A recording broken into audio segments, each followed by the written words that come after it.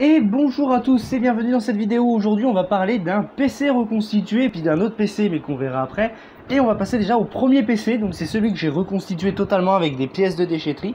Donc vous voyez la marque, donc c'est un Targa. Alors je vais regarder derrière, c'est un Targa 93051, donc 93051 hein. Donc on va ouvrir ici pour voir un petit peu ce qu'il y a en façade. Donc on a le bouton d'habitude. Donc là il y a deux, normalement il y a un lecteur DVD-ROM et un DVD-RW, mais allez, ouvre-toi connard. Donc j'ai mis un DVD RAM, donc un que j'ai trouvé en déchetterie aussi, qui fonctionne très bien. Donc celui-là il était totalement sale et j'ai juste nettoyé, en fait j'ai voulu nettoyer l'intérieur et l'intérieur n'avait pas de problème à proprement parler. Et ensuite, il est un peu compliqué celui-là parce que j'ai pas branché. Est-ce que je peux brancher au moins? Oui. Je peux le brancher, donc c'est déjà un truc. Donc voilà, donc je vous ferai voir l'intérieur après. Donc le lecteur CD qui est là, c'est un lecteur CD de chez Pioneer. Voilà, donc c'est un lecteur CD de chez Pioneer, donc j'en ai plein comme ça. Donc celui-là il est blanc et j'en ai au moins 4 ou 5 en noir qui sont comme ça en façade devant. Mais je vous ferai voir ça quand je ferai une vidéo dédiée avec tous les lecteurs, les alimentations et tout ce que j'ai. Là pour le moment on va passer déjà sur ce PC là. Donc ici on a des fentes pour carte, un port S vidéo, un port d'entrée vidéo et d'entrée audio. Donc alors je peux installer une carte d'acquisition dedans, mais il faut que j'essaie de trouver un petit peu les logiciels qu'il faut pour les cartes que j'ai dans les boîtes, parce que c'est difficile, assez compliqué de trouver les boîtes pour les pilotes. Mais j'espère en trouver une en tout cas. On a deux ports USB, un port Firewire. Donc voilà déjà pour la façade. Ce que je vais faire, je vais le retourner. Avant, ce qui serait préférable, ça serait d'enlever tout ça. Donc alors quand je vous dis reconstituer, alors j'essaie de voir si j'ai bien cadré. Donc voilà. Donc c'est pas une alimentation d'origine, puisque l'alimentation d'origine du Targa, d'après ce que j'ai vu, mais j'essaierai d'en acheter un qui est totalement reconstitué. Bon, j'en ai vu plein de Targa, mais c'était pas des AMD. Celui-là c'est un AMD, l'autre c'était un Intel Pentium 4 je crois. Oui, c'était un Pentium 4 avec une carte graphique de chez Nvidia de toute façon. Celui-là c'était une Nvidia aussi, mais j'ai mis une ATI parce que j'avais pas la Nvidia qui allait dedans. J'espère trouver la même directement en déchette. Donc là on a la plaque PCB qui allait avec un autre modèle, mais le problème c'est que c'était la carte mère qui était là, et le modèle du Targa que j'avais trouvé en déchetterie il était totalement foireux, donc je l'ai mis dans celui-là parce que celui-là il avait une carte mère Gigabyte que j'ai vendue parce que c'était un Pentium G620 qu'il y avait dedans, et puis j'avais un Phénom 3 à l'époque, un petit Phénom, puis après la carte mère a rendu là, mais j'ai toujours le processeur. Mais bon bref, on divague un peu. Donc on a le port réseau, 4 ports USB, un port communication vidéo, parce que ça fait aussi VGA d'après ce que j'ai lu sur les infos de la carte mère. Le port d'impression, les ports expéditifs, donc là c'est les sorties numériques en RCA. Alors il y en a beaucoup qui me disaient que c'était de la vidéo, je leur ai dit non, c'est un port, tu vois, quand vous regardez sur les cartes mères et que vous n'avez pas le nom là, quand vous n'avez pas les plaques derrière, ou que vous n'avez pas d'infos, dessous vous avez, ou sur le côté de la carte, vous avez écrire expédif. Donc le expédif c'est une sortie, c'est une entrée et une sortie numérique. On a deux ports PS2 pour le clavier et souris, des ports qui sont très utiles. Et puis les ports jack habituels, et puis là on a l'alimentation. Mais ce qu'on va faire, on va regarder un petit peu l'intérieur, et donc on va changer directement de registre. Donc alors nous voilà à l'intérieur de la machine. Donc alors alors je vous ai pas dit le modèle de la carte mère, mais je pense que je vous prendrai des photos du modèle de la carte mère et du processeur. Donc déjà c'est une carte mère de chez Gigabyte, c'est le modèle K9NF-9. Donc il y a deux modèles, donc ça c'est la version 1.0 et puis c'est tout. C'est tout ce que j'ai à dire. Donc là c'est le modèle 1.1X. Alors je sais pas quel modèle c'est, parce que j'ai pas la modèle du version, mais apparemment ce serait une version 1.2. Et l'autre c'est une version 2, donc je vais essayer de m'en procurer une de version 2. J'espère pas trop cher. Donc alors on va déjà regarder la carte graphique, parce que je vous ai parlé que c'était une ATI, mais on va voir un petit peu ensemble les éléments que j'ai mis dedans. Donc alors voilà, j'ai mis une carte graphique de chez ATI, comme vous voyez sur l'étiquette. Et hop, je vais rapprocher un peu l'étiquette pour que vous voyez un petit peu le modèle que j'ai placé dedans. Donc c'est une Radeon HD 2600 Pro en 512 mégas. Donc voilà, donc je vous fais voir un petit peu les connecteurs qu'il y a, hein. Il y a le port DVI avec le port S-Vidéo et puis le port VGA pour le port S-Vidéo c'est pour brancher sur la télé. Je vais reconnecter tout ça. Alors niveau processeur, alors j'ai testé 3 processeurs sur celui-là. Donc j'ai laissé le processeur le plus performant que j'ai trouvé. Hop. Parce que d'origine dans celui-là, on a un AMD Athlon 64 3400+, si je me trompe pas. Allez, hop, pour tenir la carte mère. Donc nous avons un Athlon 64 3500, c'est ce que j'ai mis. Et donc les barrettes de RAM, la barrette de RAM que je vous fais voir, c'est celle que j'ai mis sur les 4. Parce que vraiment j'aurais pu mettre 2 Go, mais du coup je peux mettre 15 Go maximum, faut que je mette à jour le BIOS, mais je vais pas prendre le risque de le mettre à jour et puis je vais le laisser comme ça. Et puis 1 Go c'est largement suffisant pour ce petit PC que j'ai mis sous Windows XP. Mais je le mettrai sous Ubuntu pour tester sur internet, parce que Ubuntu, quand je veux tester sur internet des vieux processeurs, ça me permet de voir la différence entre les Pentium 4 qu'il y avait à l'époque. Et là ça va vraiment bien les illustrer, parce que il y a moins de latence sur les AMD 64 que sur les Pentium 4 Northwood. Parce que si c'est pas les Coppermine, parce que les Coppermine c'est les Pentium 3, mais les Prescott en Pentium 4, on peut trancher pour quand on utilise internet. Déjà là on a des barrettes, alors les barrettes de RAM c'est de la DDR de 333 MHz, donc comme vous voyez sur l'étiquette, donc c'est de la 256 mégas. Et j'ai mis 4 barrettes, donc il y en a une de chez Kingston, une de Samsung et 2 de chez Micron que j'ai mis. Celle-là on va la remettre là-dedans. Donc avant de vous parler du processeur que j'ai mis à l'intérieur, le fameux merde. Oh, tiens, il tient pas celui-là, ça fait chier. Bon ben tant qu'à faire, je vais enlever la pâte thermique qu'il y a sur le processeur.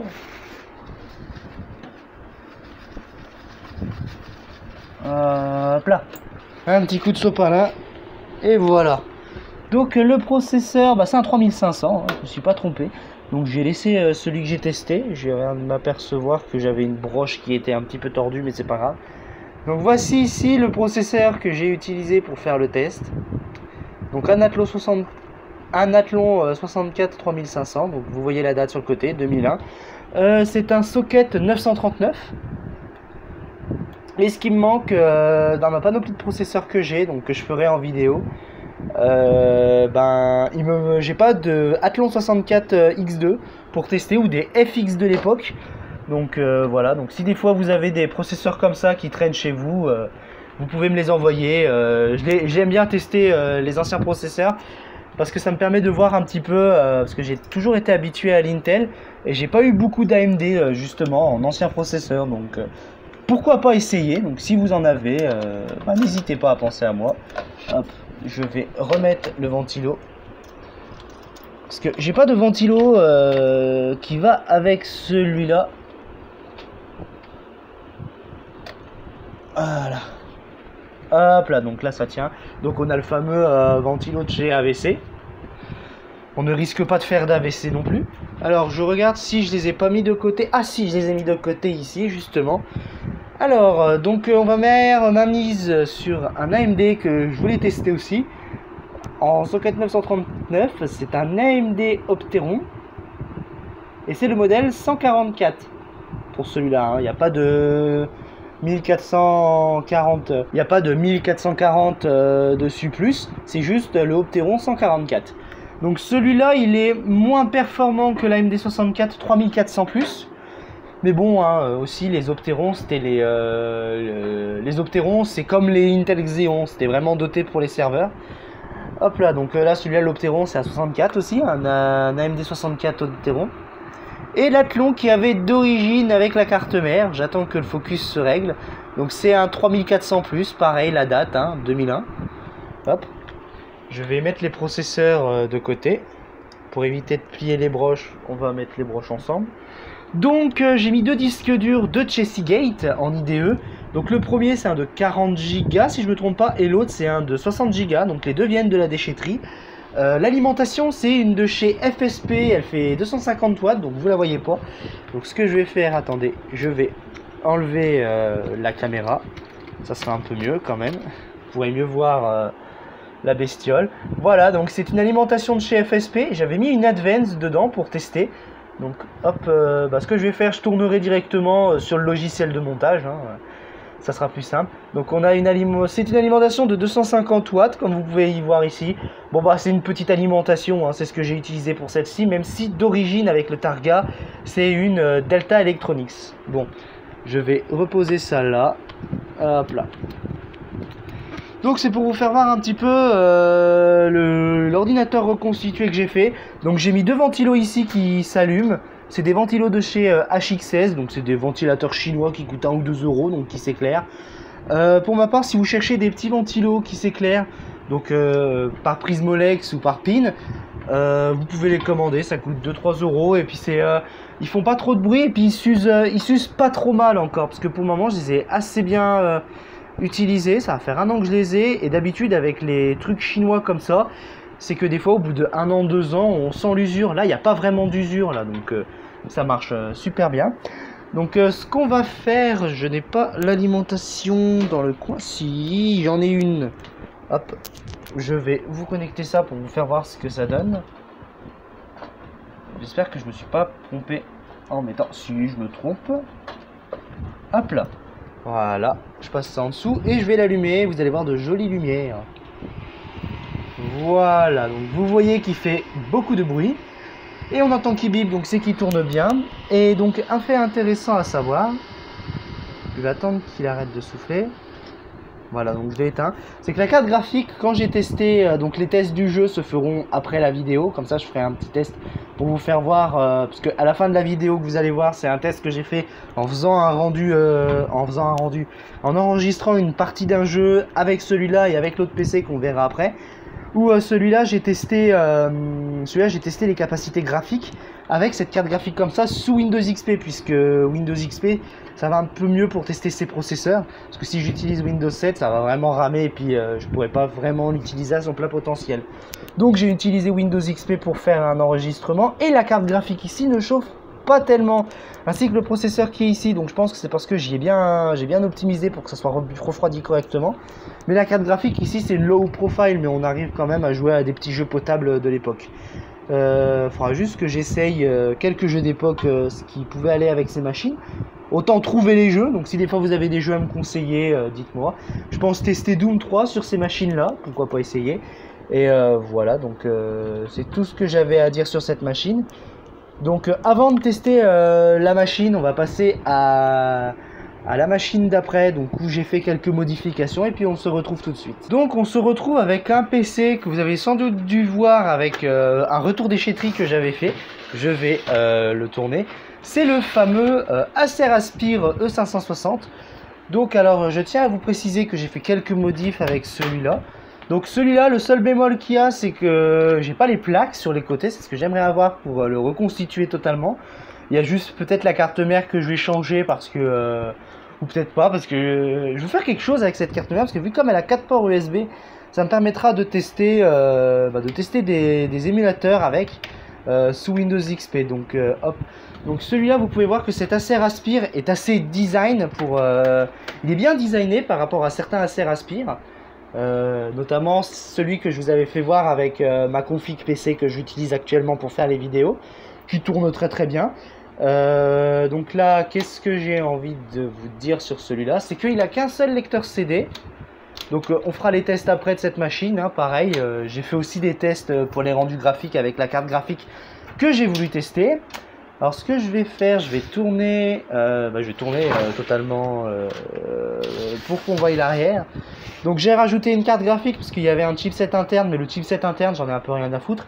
J'ai utilisé une alimentation qui est no name entre guillemets, mais malgré qu'elle soit no name, elle fait pas comme certaines alimentations de ces no name là, parce qu'elle a une particularité. C'est que elle alimente très très bien les cartes graphiques.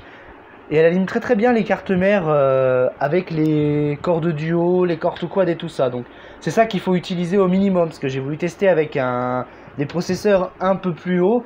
Mais vu comme ça demande pas mal de puissance avec certaines cartes graphiques que j'ai pu tester, il allait tout de suite dans les 400 watts. Et ça me faisait un peu chier. Mais bon, celle-ci je peux pas excéder 300 watts. Bon malheureusement c'est un petit peu du bullshit ce qu'ils ont mis sur l'étiquette. Mais c'est pas bien grave parce qu'avec ce PC là, comme on voit, c'est que j'ai utilisé directement, pas le corps de duo qui est d'origine, qui est un corps de duo 4300. Là j'ai mis un Pentium Dual Core E6600, qui est un petit peu plus supérieur au corps de duo. Celui qui est là, donc c'était le 4400 et pas le E4400. Il y a une différence entre les deux, c'est que le 4400 et le E4400 n'ont pas la même composition au niveau du 64-32 bits. Le 4400 gère mieux le 32 et le E4400 gère mieux le 64 de ce que j'ai pu tester avec Windows 7 et Windows 10. Après, qu'est-ce qu'on peut en dire? Bon, bah, il a comme le Targa, hein, il a le port COM, le port VGA, le port PS2, le port imprimante. Sauf que là, il a le port FireWire. On a le port SPDIF avec le port numérique. Mais bon, ça, j'y ai pas branché, je crois. Oui, j'ai enlevé le câble parce qu'il ne servait trop à rien. La carte graphique qui est une Quadro FX 3450, c'est une petite carte graphique. Et puis les ports jack, hein. Donc on va passer un petit peu à l'intérieur, donc je vais déplacer. Donc voilà, donc comme je vous disais, alors je n'ai pas parlé de la mémoire, j'ai mis, je crois que j'ai mis 1 giga ou 2 gigas, je sais plus. J'ai une barrette de, ah j'ai mis 2 gigas dedans. Pareil, bon bah je vais vous faire voir un petit peu la gueule de la carte graphique. Parce que même si elle est alimentée, bon bah c'est le bordel sur les fils, mais comme vous voyez, c'est un petit peu trop petit dedans. Donc je pensais déplacer un petit peu tout ça et puis mettre une autre chose. Je brancherai tout ça après. Là voilà la fameuse Quadro FX qui a 256 mégas de mémoire et c'est de la DDR3 qu'il y a dedans. Par contre c'est pas noté sur l'étiquette, on a juste le modèle qui est ici. Voilà, donc ici on a le modèle qui est inscrit Quadro FX 3450, qui est moins performante que la Quadro 1800, mais bon, c'est des petites cartes graphiques, hein, c'est des petites cartes graphiques professionnelles. On pouvait développer dessus, c'est ce que j'ai pu voir, hein. Tout le monde dit que c'est du bas de gamme, non, les Quadros c'est vraiment à usage professionnel, c'est comme les NVS. Si vous connaissez les NVS ou des trucs comme ça, vous savez que c'est souvent utilisé dans le domaine des caméras de surveillance parce que ça gère le multi-écran plus que les GeForce. Mais on peut aussi s'en servir pour faire des accélérations graphiques CUDA, donc pour certains jeux ou pour le développement. Hop, je vais visser ça, donc je vais pas dévisser le truc parce que c'est un peu bordélique ça. Donc c'est un Pentium, donc on regardera après sur l'écran, hein, je vous ferai voir ça. J'ai mis un disque dur SATA, c'est un chez Maxtor de 160 Go. Nous avons un lecteur CD DVD gravable, hein, comme tous ces PC de l'époque. Qu'est-ce qu'on a? Bah c'est tout, à part la mémoire, la carte graphique et puis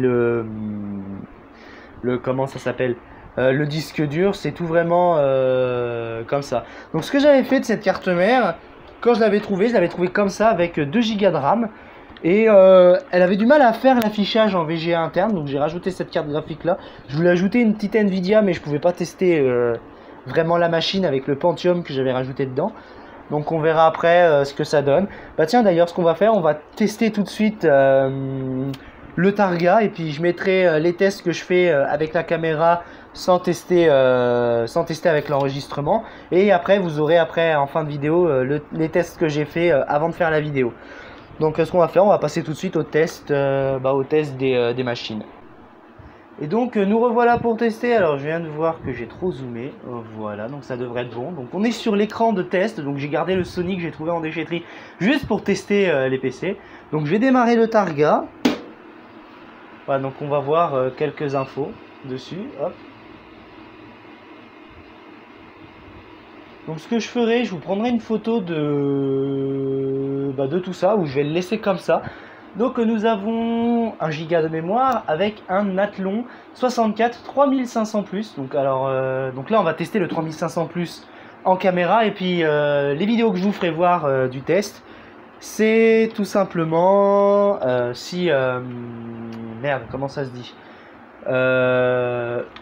je vais tester directement. J'ai testé le 3400+. Putain, je vais y arriver avec les modèles, moi. Donc là, c'est le 3500 qu'on va tester. F1. Hop là. Donc il va démarrer. Voilà. Donc comme je l'ai dit, c'est sous Windows XP. Donc c'est... Bon, on peut pas utiliser Internet. C'est dommage. Mais bon, on teste avec Windows XP. Et je ferai un test hors caméra pour tester ce PC directement avec internet. On testera peut-être les lives dessus. Pourquoi pas. Il démarre tranquillement. Donc le disque dur, on peut voir qu'il a quelques latences. Hein. Bon, en même temps, c'est pas des disques durs tout jeunes. Alors je te remercie l'appareil photo de recadrer la caméra, mais ça serait pas con. Alors, donc on va tester directement Left 4 Dead 2 que j'ai installé. On va l'ouvrir et voilà. Donc le temps de chargement que ça se fasse, il y aura la petite coupure. Bon, ça va, il a pas mis trop longtemps à charger. J'ai déjà vu des ordinateurs mettre longtemps à charger tout ça. Donc je vais vous faire voir les options. Alors pas ça, on s'en fout un peu. Donc les options. Donc alors j'ai mis l'anti-aliasing et le filtrage en 2x, j'ai mis en moyen et il y a juste la mémoire tampon que j'ai mis en basse résolution et là j'ai mis en double, donc là c'est le V-Sync, je l'ai mis en double tampon. Hop. Donc ce que je vais faire, je vais allumer Fraps pour vous faire voir un petit peu les FPS quand je joue, parce que c'est ça qui est bien avec Fraps, c'est que même si on ne lance pas l'enregistrement, comment dire, que même si on lance pas l'enregistrement, on peut voir les FPS en haut. Voilà, donc là on tourne à 75 FPS. Bon, en même temps c'est le hop, je vais sélectionner celui-là de niveau, hop, normal, coach, et voilà.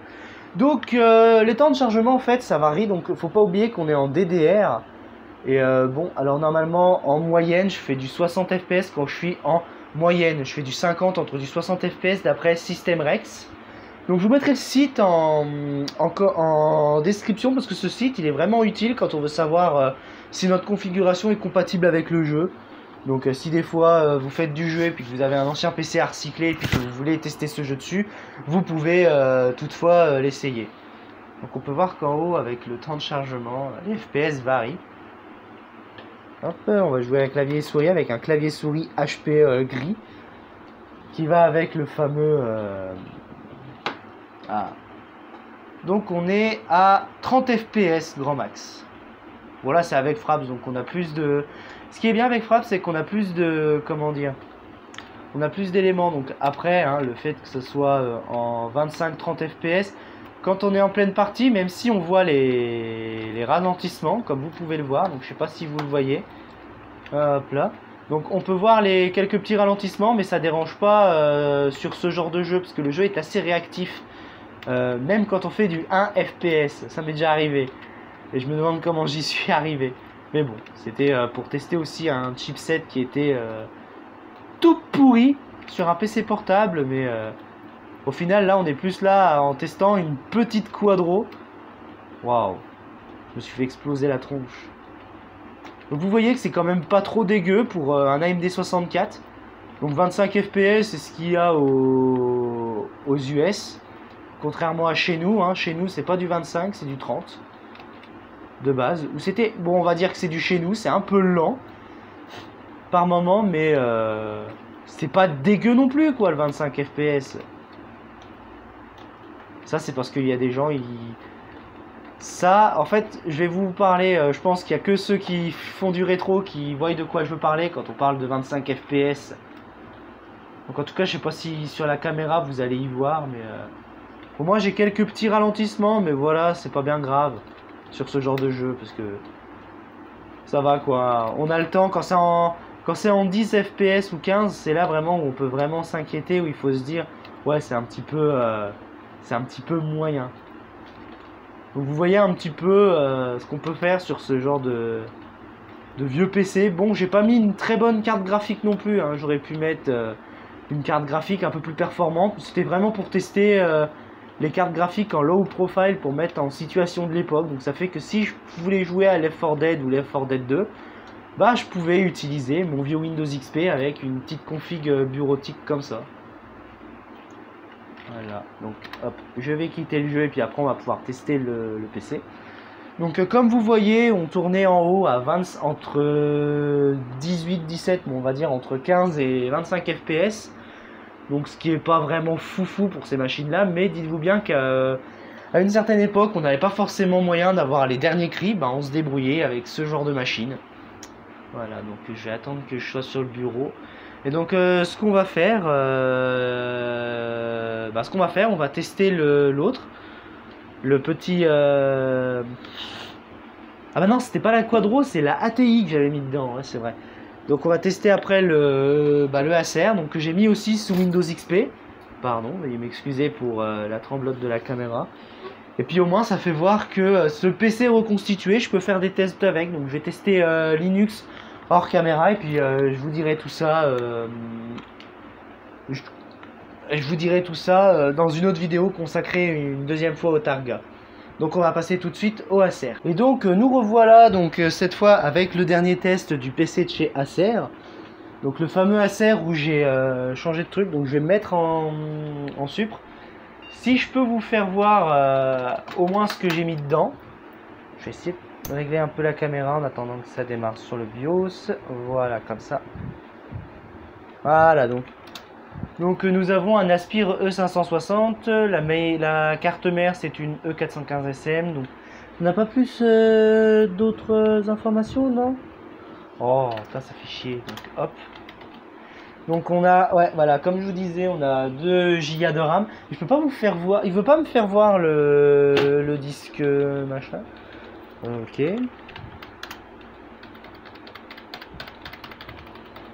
Donc alors, hein, comme je vous ai dit, on a le Hitachi LG en DVD RW, on a le Maxtor 6V160, donc un de 160 Go. Est-ce que si je descends plus bas? Non. Bon, je sais rien.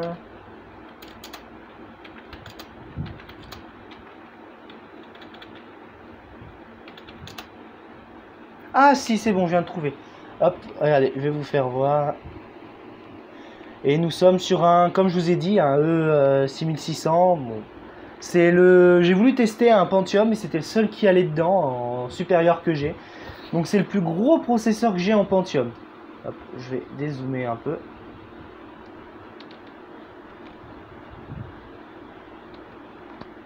Hop là, on va dézoomer encore un peu. Voilà, donc hop, je vais reset. Et puis on va le laisser démarrer tranquillement.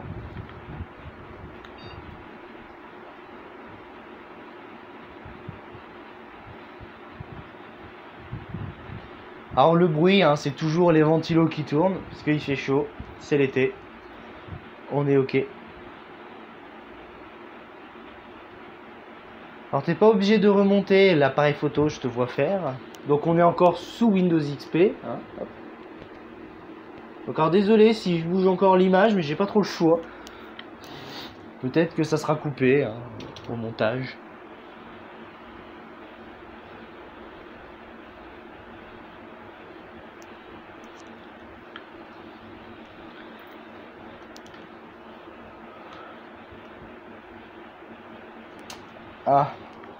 Ah oui, parce que j'avais testé une ATI. Alors si vous voyez ça, c'est parce que j'ai testé une carte graphique de chez ATI. C'était une petite ATI, donc je vous en parlerai quand on aura les cartes graphiques. Il y a CPU-Z. Bah non, je vais pas vous ouvrir CPU-Z, on vient de voir le processeur qu'il y avait dedans. Donc oui, c'est le même thème que j'avais mis sur le Targa. Donc bon, hop. On va lancer Fraps aussi. Comme ça au moins on sera tranquille. On pourra voir un petit peu les FPS, à combien on en est.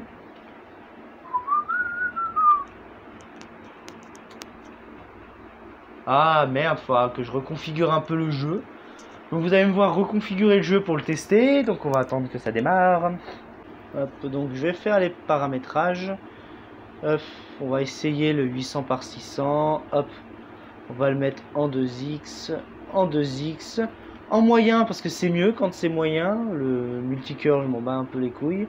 On va terminer comme ça. Normalement ça devrait... Ouais, donc ça a réglé correctement. La luminosité c'est bon, tu l'as gardé. Hop là, donc Par contre, il y a un truc que je veux voir. Je peux pas le mettre plus haut? Non, pas ça, ça. Quand même avoir quelque chose plus au jeu. Voilà, donc on va le tester comme ça. Moi, j'avais testé en supérieur avec le test que vous verrez au final. On va prendre... Allez, on va faire... Allez, un classique. On va faire une map du premier Left 4 Dead. On va prendre... Et on va prendre Bill. Et voilà, donc on va attendre que ça charge quand même. Bon, ça va, celui-là, il est un peu plus... Le disque dur a moins de latence que l'autre. Bon, en même temps, ça s'explique que l'autre, c'est un 40 Go et celui-là, un 160. Et aussi que l'autre, il a plus de latence, puis il est beaucoup plus âgé. Il a eu les affres du temps, celui-là. Il a dû en avoir des données d'écriture, celui-là, ou de l'âge. Mais il tourne encore assez bien, celui du Targa. Donc, ça m'a permis aussi de tester. Hop. Et... On est à 60 FPS, mon gars? T'es sérieux?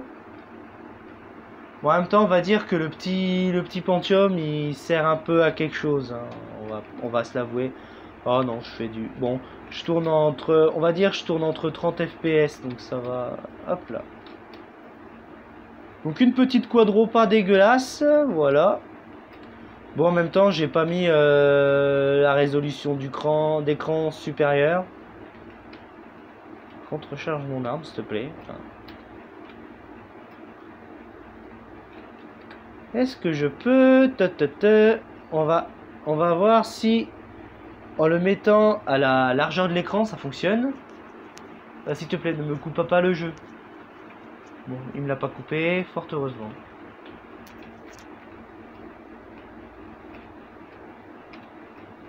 Bon, pour 224 MO, ça va encore, c'est assez potable.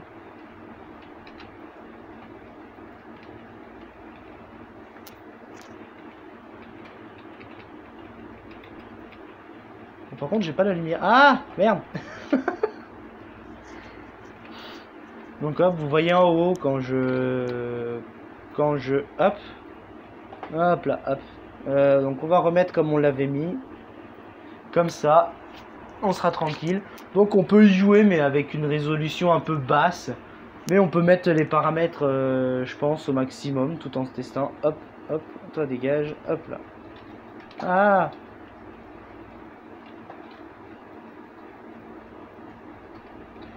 Putain, je vous envie, les mecs.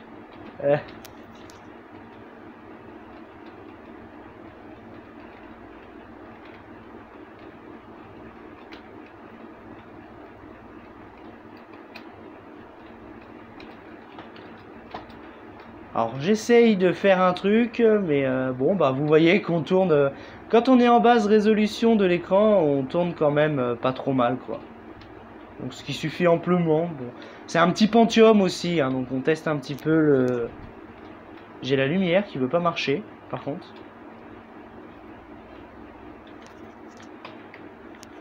Alors je vais voir dans les paramètres des touches. Bon, ça va, on a encore le temps. Alors attendez, les touches.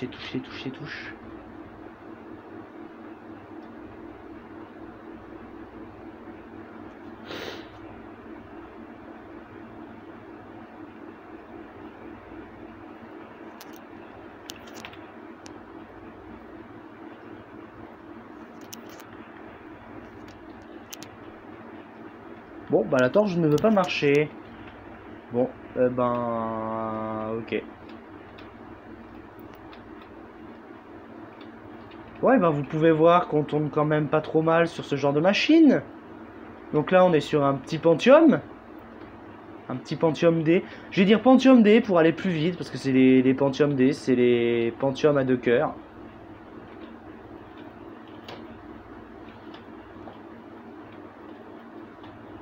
Bon, je vais quitter le jeu parce que quand même ça va être ennuyant de ne pas entendre le son. Donc All, faut que je fasse vraiment attention avec cet appareil photo.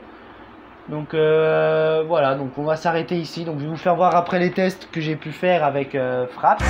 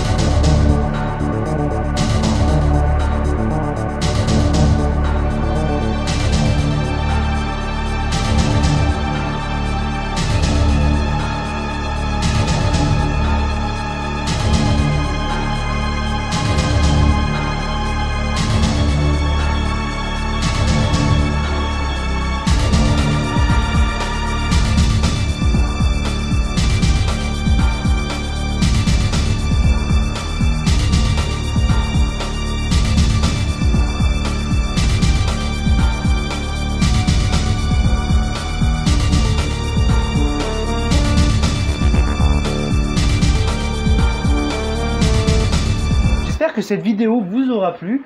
Donc si c'est le cas, n'hésitez pas à mettre des suggestions de ce que je pourrais faire en test avec des machines que j'ai.